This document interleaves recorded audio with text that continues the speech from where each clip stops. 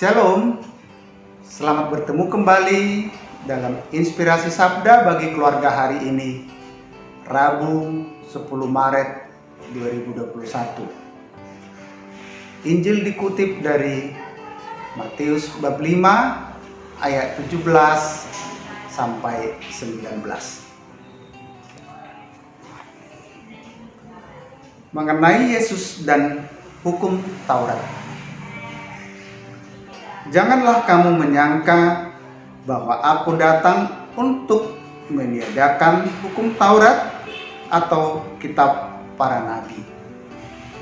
Aku datang bukan untuk meniadakannya, melainkan untuk menggenapinya. Karena aku berkata kepadamu, sesungguhnya selama belum lenyap langit dan bumi ini, satu iota atau satu titik pun tidak akan ditiadakan dari hukum Taurat sebelum semuanya terjadi. Karena itu, siapa yang meniadakan salah satu perintah hukum Taurat, sekalipun yang paling kecil, dan mengajarkannya demikian kepada orang lain, ia akan menduduki tempat yang paling rendah dalam kerajaan surga. Tetapi siapa yang melakukan dan mengajarkan segala perintah-perintah hukum Taurat, ia akan menduduki tempat tinggi di dalam kerajaan surga. Demikianlah Injil Tuhan. Terpujilah Kristus.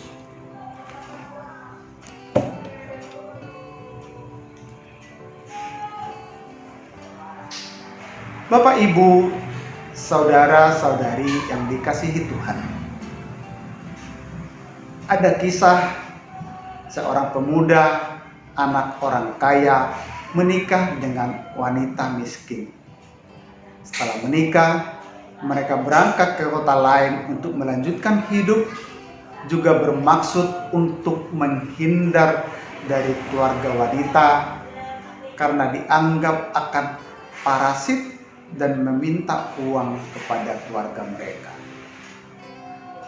Selama mereka berumah tangga, istrinya dilarang untuk berkomunikasi dengan pihak keluarganya dan juga dengan tetangga-tetangganya. Namun dalam perjalanan hidupnya, karena kurang mampu mengendalikan diri dan tidak bisa mengelola uang warisan dari orang tuanya, keluarga ini jatuh miskin dan hidup menjadi melarat, yang mengharuskan suami kerja serabutan dan menjadi sering tidak kembali ke rumah karena harus bekerja berhari-hari di luar. Suatu kali dia mau pulang ke rumah.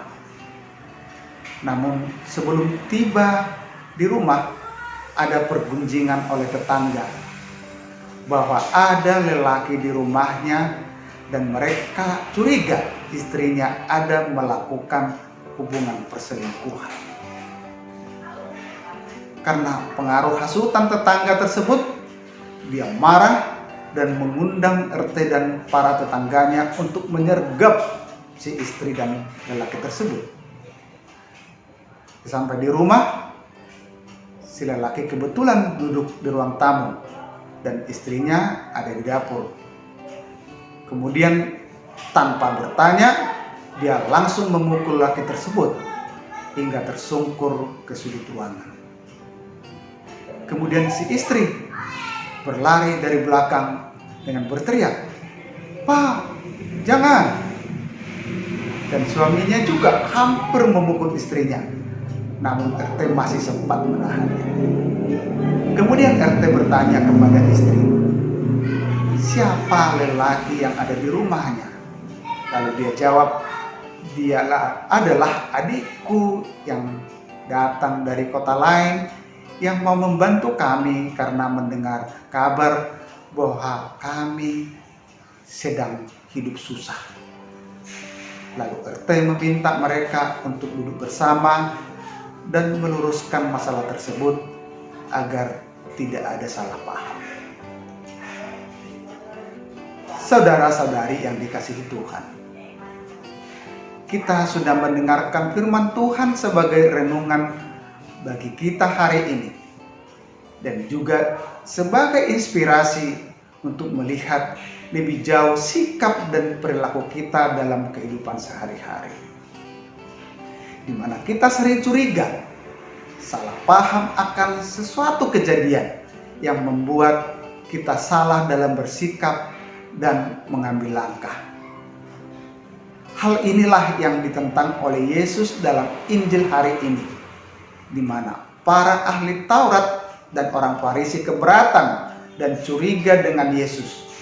Bagi mereka, banyak pengajaran Yesus yang bertentangan dan bahkan meniadakan hukum Taurat. Seperti ketika Yesus menyembuhkan orang pada hari Sabat, mereka mengkritik Yesus karena Taurat menurut mereka melarang melakukan hal demikian. Maka pada saat khotbah di bukit, Yesus menegaskan agar tidak salah paham bahwa ia datang bukan untuk meniadakan hukum Taurat, tetapi justru datang untuk menggenapinya. Bahkan secara keras, Yesus menegaskan bahwa barang siapa meniadakan salah satu perintah Taurat, sekalipun yang paling kecil, dan mengajarkan demikian kepada orang lain, akan menduduki tempat yang paling rendah dalam kerajaan surga.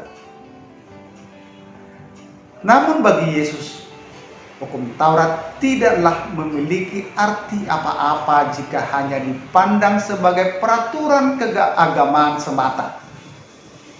Yesus menggarisbawahi bahwa yang terpenting bukan soal menjaga kemurnian ajaran Taurat, tetapi bagaimana Taurat itu dijalani dan dihayati dalam hidup setiap hari.